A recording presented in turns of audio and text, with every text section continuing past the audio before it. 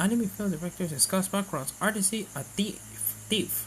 Kyōhei, Ishiguro, Kotaro, Tamura, Yūta, Murano, and Junichi Sato attended discussion. Tokyo International Film Festival hosted a roundtable discussion among anime directors. Kyōhei, Ishiguro, Kotaro, Tamura, Yūta, Murano, and Junichi Sato on Saturday. The talk, which was moderated by animation critic Ryuta Fujitsu, focused on the use of background art within animation.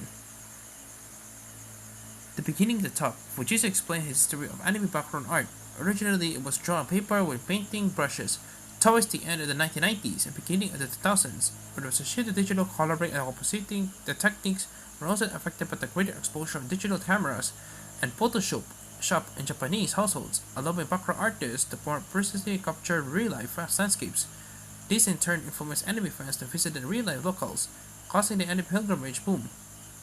Fujitsu highlighted Makoto Shinkai's works, from Voices of a Distant Star to Your Name, as tremendously influential in shaping background art techniques due to his strong familiarity with digital processes.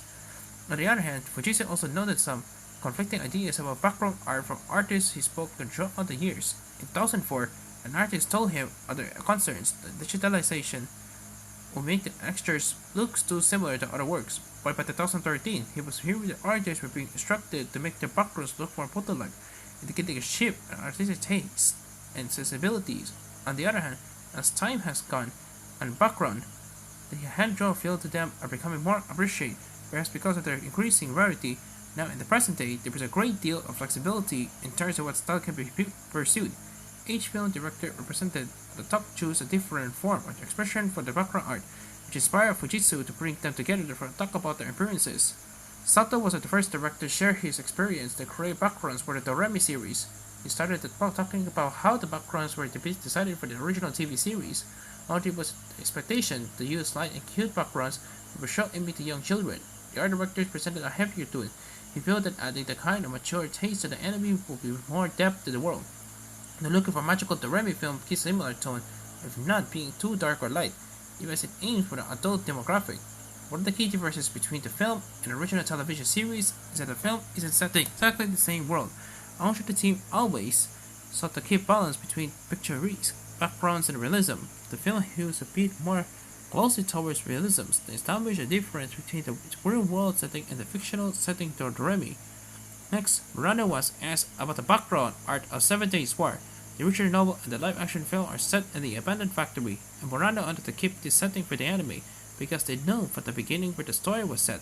They wanted to use realistic backgrounds, but too much realism will have less its appeal as an animated work. Another thing is they grapple with the perspective of the high school age characters, even the dark and dusty interior of the factory, which is where most of the action of the film actually takes place, could seem beautiful to them depending on their perspective at certain parts of the story. Despite having very detailed photos and a map of the location, Murano asked to remove details from the anime backgrounds if the scenery looks too busy or should distract the audience attention from the characters. Discussing Josie, the tiger and the fish, Tamura said that he used the original novel as a firm base for the film adaptation. The novel tends to depict very realistic locations. It's Tamura. Tamura also went with the style for the film. Another thing that Tamura considered after constellation with the art director is how people tend to look inward when they are falling in love. So the cityscape backdrops become more picturesque with a hand-drawn feel. There is a kind of fuzzy and unidentified feeling about the background art which reflects this. The imagery of the background are based on real locations in Osaka. Finally, Ishiguro was asked about the unique backgrounds depicting the world's bubbles up like a soda pop. Ishiguro said that whenever the creators creates animation, he always puts a heavy focus on creating distinctive silhouettes rather than details. World bubble, which bubbles up like a soda pop, is inspired by 1980s Japanese pop art, which had a focus on minimalism, so it instructed the art director to use the work of prominently vinyl jacket artists of the era as a reference.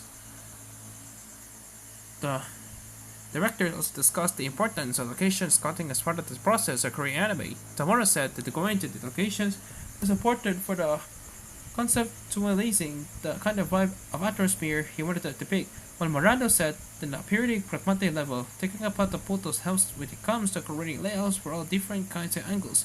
On the other hand, Sato mentioned that he tries not to get too attached to an area that he goes to location scouting in, because otherwise he would get tempted to replicate even single detail and isn't actually necessary for the anime. There was a feeling that the other directors could relate to very well, and agreed that drawing backgrounds that are too close to photographs. It can get in the way of the animation. Next, the directors discussed some of their influences when it comes to the background artwork. Sato said he was a fan of Isamu Sujida, art director of Tongari Boshi no Memoru. Murano was very inspired by Disney's The Hunchback of Notre Dame when it comes to expressing characterization, drawing background art. Tamura said he was impressed by the Kazakh artist Alphonse Mocha, who would draw a character against backgrounds in a way that makes the two complement each other. Ishiguro said in the last 5 years he became very inspired by the Taisho era Japanese artist Hiroshi Yoshida, describing his artworks as very anime-like, but also noticing his decisive usage of silhouettes in his woodblock grids. Finally, the directors expressed their hopes and worries for background artwork for the future. Tamura spoke of how people in animation tend to use similar tools, such as Photoshop, which tends to result in their work looking similar to others. We hope for greater variety in this department, as well as for more flexible production schedules that can allow for more experimentation and art styles. Ishiguro hoped that individualistic art styles can be accepted by the public alongside the more photorealistic backgrounds, and this sentiment was shared by Murano and Sato as well. The full talk, including the Q&A with the audience, was streamed live on the festival's YouTube chat account. It can be watched with English live interpretation.